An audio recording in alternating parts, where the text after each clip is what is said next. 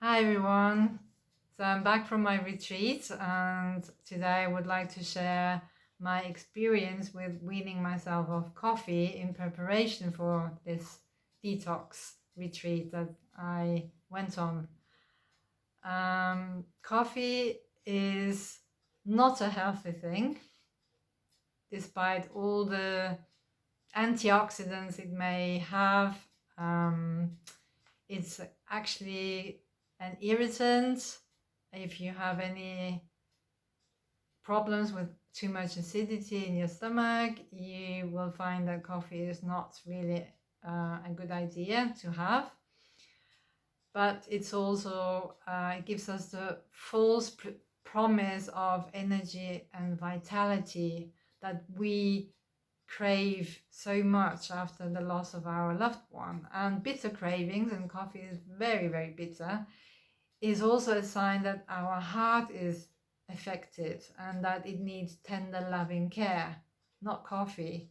Coffee is like beating a dead horse. It puts extra strain on the adrenals, which are already producing and pumping out all these stress hormones, after our major bereavement. And coffee just adds to the strain on the adrenals. Now, because the kidneys are so stressed and overwhelmed and activated, you could say, and stimulated by coffee, they're also like, you may have noticed when you drink coffee that you also have to wee more. So coffee is a strong diuretic, and it can also help with making you go to the loo. Now, if you have a fast metabolism, that usually means that you get softer stools or diarrhea, which means that you are not absorbing the nutrients from the food you eat because it's just rushing through your digestive system with the help of coffee. If you have a fast metabolism, if you haven't, then it's a good help. But you can already see that in two ways it can also be drying. It can make us wee more, and it can make our stool looser, and that also means getting rid of more fluids than usual with our stool.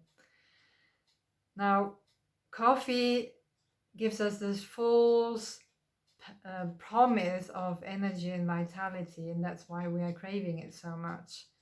And yeah, I've already mentioned that it's like beating a dead horse. But it's also like bitter cravings are also there when we have lack of joy in our life. And that's another thing that we tend to have, right? We're not really the most joyful people on this planet after losing our loved one. So there's quite a lot of reasons why we are craving coffee.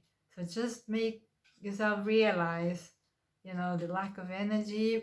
And I also learned this morning that it actually suppresses our thyroid function, which is in charge of regulating our energy reserves. Now, again, it's like, the thyroid is already, down regulating its activity because of all the stress we're under, the emotional stress response that we have after losing a loved one. And then on top of that, we tend to drink a lot of coffee, which is suppressing thyroid function even more.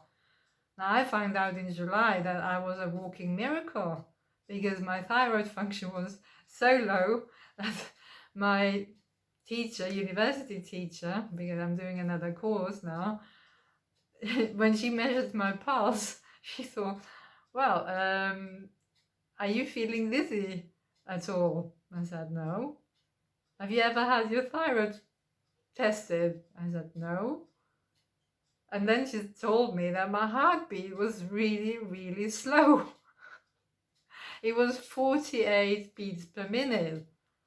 So that's why I'm saying I was a walking miracle, because I should have been dizzy and falling unconscious all the time because of this very slow metabolism I had, because my thyroid was just underperforming, and also due to my sincere love for coffee.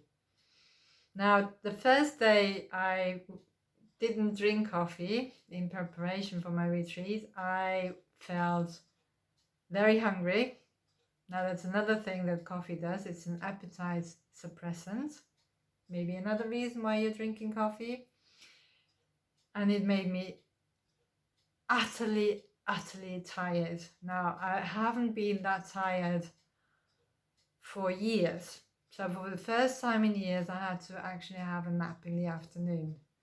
So if you feel tired like that in the afternoon at about 3 o'clock, that means that your adrenals are really strained and that you are absolutely exhausted and you need to wean yourself off coffee.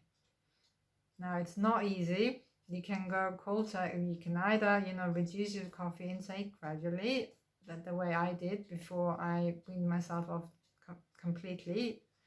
From one day to the next, I went cold turkey. And you can also try, coffee substitutes. I've been experimenting with coffee substitutes for years, and I've never been able to find one until I went to India. That's another place. Like last week during the retreat and also in India, I wasn't craving coffee. I was getting joy in my life back with something else rather than coffee. In India, I was being on an adventure, seeing new people, seeing new sights, doing new things. And also, the chai they are having is so lovely with all the spices. That could be a good coffee substitute also for you. If you try chai, that's maybe that's something that could help you wean yourself off. And during the retreat, I realized after the third day I wasn't craving coffee. I was just craving this utterly delicious breakfast that our cook was making every single day, and I was looking forward to whatever way he was going to decorate this breakfast dish, whatever he was making. He was always making sure that it was something special. So either he was using something to create a pattern with some cinnamon, or he was using dried fruit to create a lovely palm tree, or he was using some mousse, some apple mousse or berry mousse to create some sun rays or a smiley on the porridge. He was very inventive, and and of course that brought a smile to my face, and I never missed coffee during the whole week. So, and there's many other coffee substitutes. Also during the week, I heard from a couple that had been weaning themselves off coffee for a year already, that there's a lovely substitute that tastes even better than coffee. And I'm going to try and find it and experiment with that one. And I'm also going to experiment more with making chai lattes more regularly with herbs and spices. And because coffee has this heavy quality to it, herbal tea is never going to be a good substitute for coffee. You will need something heavier like almond milk. So make your chai with almond milk. And use herbs and spices, and see how it goes. I can only recommend weaning yourself off coffee for so many reasons. It's not serving us at all during our journey through grief. So if you're struggling, try to find an alternative, experiment, be creative with herbs and spices. Ginger is a very good spice to add to your coffee substitute, and try to bring more joy into your life in one way or another. And even if it's only by putting a smiley on your porridge in the morning. Okay, I hope I've given you some ideas and some food for thought. Bye. Bye-bye. Speak soon.